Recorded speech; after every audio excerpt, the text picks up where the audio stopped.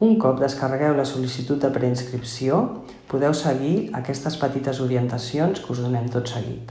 En l'apartat de dades d'alumne heu de tenir en compte que disposen de número RAL tots els alumnes que estan escolaritzats a Catalunya des del curs 2015-2016, és a dir, els alumnes de P3 no en disposen. Més endavant trobareu l'espai on us demana una adreça electrònica per rebre informació de la preinscripció. Aquest és un camp obligatori. Més endavant trobareu l'espai on us demana que marqueu si hi ha germans al mateix centre. Aquest és el cas dels germans bessons. Un cop arribeu a l'apartat de dades del pare, mare, tutor legal de l'alumne, recordeu de marcar la casella on us demana quin dels dos consultarà les dades de tot el procés a internet. En l'apartat dades escolars de l'alumne, tot el que aquí us demanen són les dades del vostre fill-filla en l'actualitat, a l'escola on està estudiant ara, el codi del centre actual, d'acord?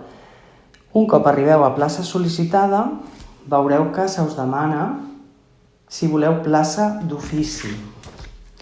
En els ensenyaments de P3 i primer d'ESO s'assigna plaça d'ofici si no s'ha obtingut plaça en cap dels centres sol·licitats.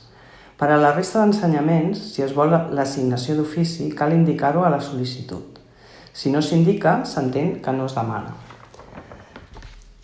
El codi de l'escola Sant Gervasi és 0802 15 45.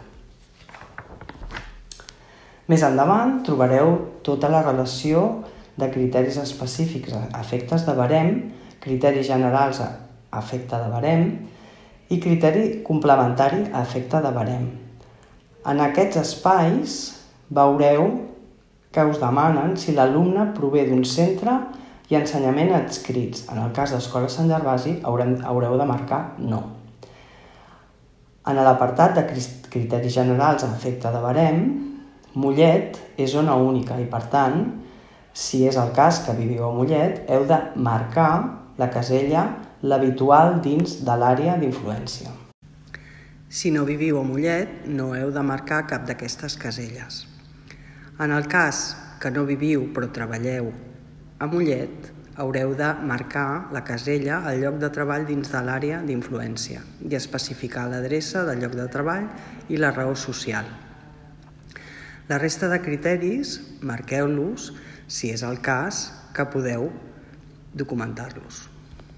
Recordeu que haureu de portar tota la documentació que justifiqui els criteris que heu al·legat.